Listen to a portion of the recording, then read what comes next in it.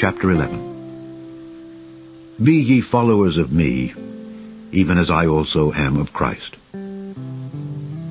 Now I praise you, brethren, that ye remember me in all things, and keep the ordinances as I delivered them to you.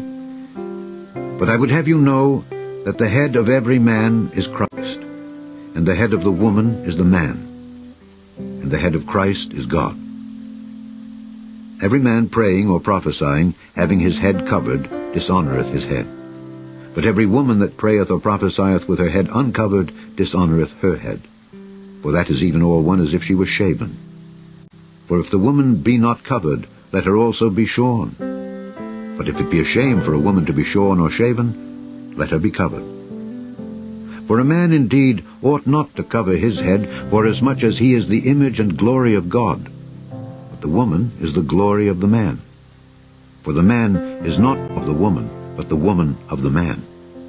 Neither was the man created for the woman, but the woman for the man. For this cause ought the woman to have power on her head, because of the angels. Nevertheless, neither is the man without the woman, neither the woman without the man in the Lord. For as the woman is of the man, even so is the man also by the woman. But all things of God. Judge in yourselves. Is it comely that a woman pray unto God uncovered? Doth not even nature itself teach you that if a man have long hair, it is a shame unto him? But if a woman have long hair, it is a glory to her, for her hair is given her for a covering. But if any man seem to be contentious, we have no such custom, neither the churches of God. Now in this that I declare unto you, I praise you not, that ye come together not for the better, but for the worse. For first of all, when ye come together in the church, I hear that there be divisions among you, and I partly believe it. For there must be also heresies among you, that they which are approved may be made manifest among you. When ye come together, therefore, into one place, this is not to eat the Lord's Supper. For in eating everyone taketh before other his own supper, and one is hungry, and another is drunken. What, have ye not houses to eat and to drink in? Or despise ye the church of God, and shame them that have not?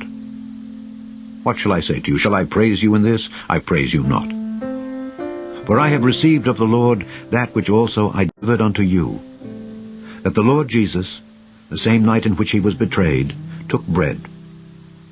And when he had given thanks, he brake it, and said, Take, eat, this is my body which is broken for you. This do in remembrance of me. After the same manner also he took the cup when he had supped, saying, This cup is the New Testament in my blood. This do ye as oft as ye drink it in remembrance of me. For as often as ye eat this bread and drink this cup, ye do show the Lord's death till he come. Wherefore, whosoever shall eat this bread, and drink this cup of the Lord unworthily, shall be guilty of the body and blood of the Lord.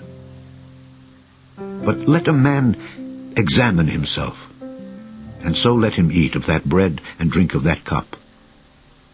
For he that eateth and drinketh unworthily, eateth and drinketh damnation to himself, not discerning the Lord's body. For this cause many are weak and sickly among you, and many sleep. For if we would judge ourselves, we should not be judged. But when we are judged, we are chastened of the Lord, that we should not be condemned with the world. Wherefore, my brethren, when ye come together to eat, tarry one for another. And if any man hunger, let him eat at home, that ye come not together unto condemnation. And the rest will I set in order when I come. Chapter 11. Be ye followers of me, even as I also am of Christ. Now I praise you, brethren, that ye remember me in all things, and keep the ordinances as I delivered them to you. But I would have you know that the head of every man is Christ, and the head of the woman is the man, and the head of Christ is God. Every man praying or prophesying, having his head covered,